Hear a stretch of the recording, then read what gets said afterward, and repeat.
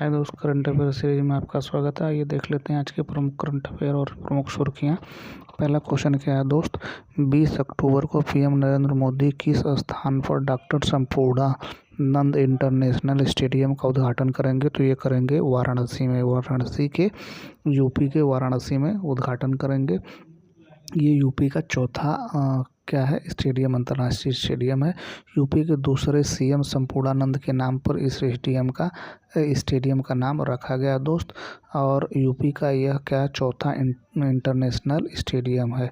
ठीक है दोस्त, आइए देखते हैं कुछ प्रमुख बातें। ये देखिए, पीएम मोदी करेंगे वाराणसी में नए स्टेडियम का उद्घाटन। कहाँ करेंगे भैया? वाराणसी में करेंगे पीएम नए स्टेडियम का उद्घाटन। आइए कुछ प्रमुख बातें जान लेते हैं इस स्टेडियम से संबंधित। कुछ प्रमुख बातें क्या है दोस्त? कुछ प्रमुख बातें क्या हैं?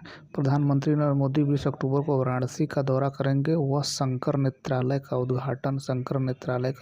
उद्घाटन करेंगे और 13,000 करोड़ रुपए की परियोजना का लोकार्पण और शिलान्यास भी करेंगे। अगला क्वेश्चन देखते हैं दोस्त, क्वेश्चन नंबर दूसरा क्वेश्चन नंबर क्या है मित्र?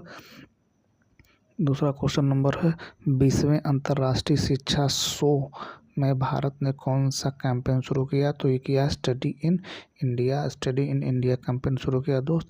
ये शारजाह में आयोजित किया जाएगा। यह मिनिस्ट्री ऑफ एजुकेशन के सहयोग से आयोजित किया जा रहा। इस अभियान का उद्देश्य भारत की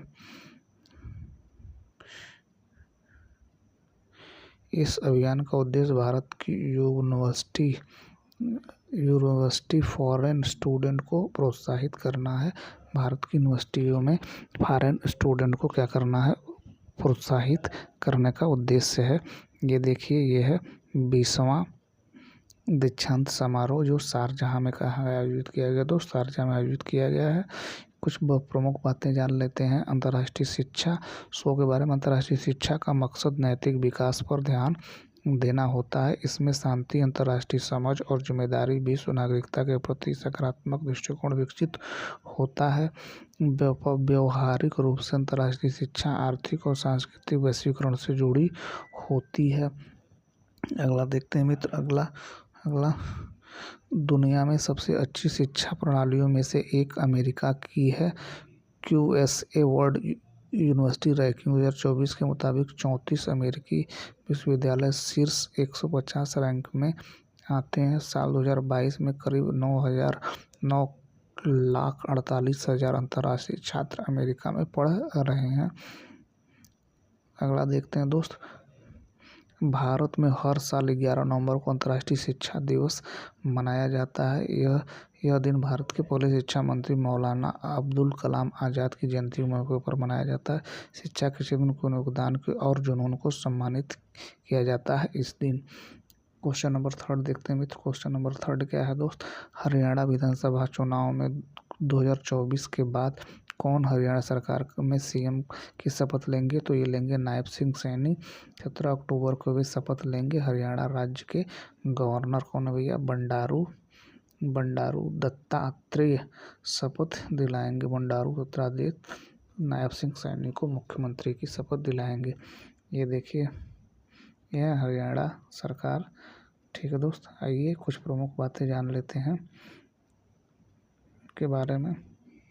हरियाणा बीजेपी लगातार तीसरी बार सरकार बनाने जा रही है। बुधवार को मुख्यमंत्री नायब सिंह सैनी दिल्ली में प्रधानमंत्री नरेंद्र मोदी और बीजेपी सीनियर नेताओं की मुलाकात की।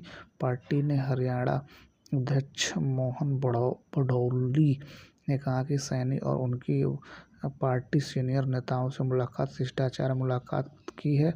सरकार बनने से लेकर दशहरे के बाद होगी। मुख्यमंत्री शपथ ग्रहण में मंत्रिमंडल से लेकर सभी। सैनी ने कहा कि केंद्रीय पर्यवेक्षण दौरा करेंगे और विधायक दल के नेता का चयन करेंगे। इसके बाद संसदीय बोर्ड का फैसला सीएम करेंगे। अगला क्वेश्चन देखते हैं दोस्तों, क्वेश्चन नंबर 4 क्या है? अंतर्राष्ट्रीय आपदा जोखिम न्यूनीकरण दिवस कब मनाया गया दोस्त? 13 अक्टूबर को मनाया गया है। वैश्विक कार्यक्रम आपदा जोखिमों को कम करने के लिए, आपदा से आजीविका को कम नुकसान करने में मदद करने के लिए। तो ये देखिए, ये है international day for disaster and international day for disaster education. आइए कुछ प्रमुख बातें जान लेते हैं इसके बारे में। क्या प्रमुख बातें हैं दोस्त? आपदा जोखिम न्यूनीकरण के लिए अंतर्राष्ट्रीय दिवस 13 अक्टूबर को प्रतिवर्ष मनाया जाता है। आपदाओं और असमानताओं के महत्वपूर्ण मुद्दों पर वैश्विक ध्यान आकर्षित करता है। यह दिन जागरूकता पैदा करने, समुदायों को शिक्षित करने और प्राकृतिक और मानव निर्मित आपदाओं का सामना करने में लचीलापन को बढ़ावा देने के लिए मंच के रूप में कार्य करता है। आपदा जोखिम न्यूनीकरण के लिए अंतर्राष्ट्रीय दिवस 2023 की थीम आपदा जोखिम न्यूनीकरण 2023 के लिए संयुक्त राष्ट्र अंतर्राष्ट्रीय एक लचीला भविष्य के लिए असमानता से लड़ना। आपदा जोखिम न्यूनीकरण के लिए अंतर्राष्ट्रीय दिवस का महत्व प्रमुख रहा है। आइए देखते हैं अगला क्वेश्चन देख लें। तो क्वेश्चन नंबर 5 क्या है दोस्त? क्वेश्चन नंबर 5, हाल ही में कहाँ अंतर्राष्ट्रीय संसदीय संघ की बैठक शुरू की गई? तो ये जनेवा में चली गई। इस बैठक में भारत की तरफ से ओम बिरला ने भाग लिया। तो ये देखिए इंटरनेशनल डे ऑफ पार्लियामेंट है। International day of parliament Switzerland,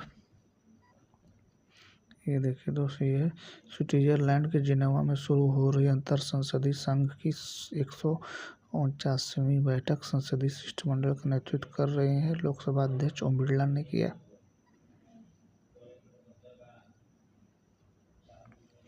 Lok Sabha Om Birla आज से स्विट्जरलैंड के जिनेवा में शुरू हो रहे अंतर संसदीय संघ की 149वीं बैठक में संसदीय शिष्टमंडल का नेतृत्व कर रहे हैं। यह बैठक इस महीने की 17वीं तारीख तक चलेगी। एक सोशल मीडिया पोस्ट में श्री बिरला ने बताया कि अपनी यात्रा के दौरान आधुनिक शांतिपूर्ण सतत भविष्य के लिए विज्ञान, प्रौद्योगिकी और नवाचार उपयोग के विषय में सभा को संबोधित करेंगे। क्वेश्चन नंबर 6 देखते हैं दोस्तों। क्वेश्चन नंबर 6 क्या है? किस देश के पूर्व प्रधानमंत्री ने अपनी पुस्तक अनसील्ड लॉन्च की है? तो ब्रिटेन के प्रधानमंत्री ने लॉन्च की है। ये देखिए ब्रिटेन के प्रधानमंत्री हैं जो कि ये है बोरिस जॉनसन और हमारे देश के प्रधानमंत्री नरेंद्र मोदी है। कुछ प्रमुख बातें जान लेते हैं दोस्त के बारे में। भारत ब्रिटेन संबंधों में महत्वपूर्ण प्रधानमंत्री की पुस्तक में देखा जा सकता है, क्योंकि वे दोनों देशों के बीच साझा की गई मित्रता बार बार उल्लेख करते हैं, विशेष रूप से इंडो पैसिफिक क्षेत्र का दृष्टिकोण के संदर्भ में। जॉनसन ब्रिटेन के भारत शीर्षक वाले अध्याय में लिखा है कि किसी कारण से हम टावर ब्रिज के पास प्लाजा में अंधेरे में उसके समर्थकों की भीड़ के सामने खड़े हो गए हैं। उन्होंने टेम्स नदी के किनारे उनके सिटी कार्यालय की यात्रा के दौरान पीएम मोदी के साथ अपनी मुलाकात के संदर्भ में लंदन मेयर में दिए थे। अगला क्वेश्चन देखते हैं दोस्तों। क्वेश्चन नंबर 7 क्या है भैया? क्वेश्चन नंबर 7 है पीएम गति शक्ति अनुभूति केंद्र का कहाँ आयोजित किया गया? तो ये दिल्ली में आयोजित किया गया दोस्त। आइए इसकी प्रमुख बातें जान लेते हैं। इसका उद्देश्य देश की बुनियादी ढांचे यानी इंफ्रास्ट्रक्चर को मजबूत करना और लॉजिस्टिक को बेहतर बनाना है। इस योजना के तहत केंद्र सरकार ने 16 मंत्रालयों के बीच तालमेल स्थापित करने से देश में चल रहे सड़क, रेल, तेल, गैस जैसे मंत्रालयों को प्रोजेक्ट को एक डिजिटल प्लेटफॉर्म पर लाना है। इससे काम में तेजी लाएगी और लागत कम होगी। अगला क्वेश्चन देखते हैं दोस्तों। क्वेश्चन आगे देखते हैं पीएम गति शक्ति नेशनल मास्टर प्लान से जुड़ी कुछ खास बातें।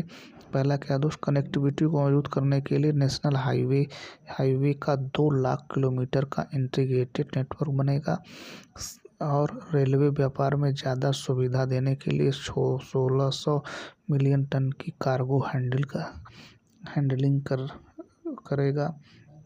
अगला 1 सिटी 1 ग्रिड के लक्ष्य को हासिल करने के लिए 35,000 किलोमीटर में गैस पाइपलाइन नेटवर्क बिछाएंगे। 11 इंडस्ट्रियल कॉरिडोर की स्थापना की जाएगी जो कि 25,000 एकड़ क्षेत्र में बनेंगे। अगला देखते हैं दोस्त। अगला सरकार का 1.7 लाख करोड़ रुपए का रक्षा क्षेत्र में उत्पादन करने का लक्ष्य।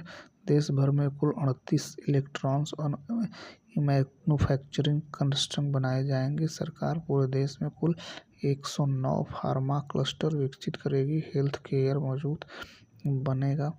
अगला 90 टेक्सटाइल क्लस्टर या मेगा टेक्सटाइल पार्क बनाने का भी लक्ष्य रखा गया है। 4 से 5 साल में देश में 200 से ज़्यादा नए एयरपोर्ट, हेलीपैड और वाटर एयरडोम बनेंगे। क्वेश्चन नंबर 8वां देखते हैं दोस्त। क्वेश्चन नंबर 8 क्या है भैया? हाल ही में जी.एन. साईं बाबा का निधन हुआ, वे कौन थे? तो ये थे दोस्त प्रोफेसर थे, दिल्ली यूनिवर्सिटी में ये पूर्व प्रोफेसर रहे हैं। कौन भैया? कौन? जी.एन. साईं बाबा जो रहे हैं वो दिल्ली यूनिवर्सिटी में पूर्व प्रोफेसर रहे हैं, उनका हाल ही में निधन हो गया। ये देखिए, ये हैं साईं, प्रोफेसर साईं, ये हैं साईं, प्रोफेसर साईं। आई कुछ प्रमुख बातें जान लेते हैं इनके बारे में।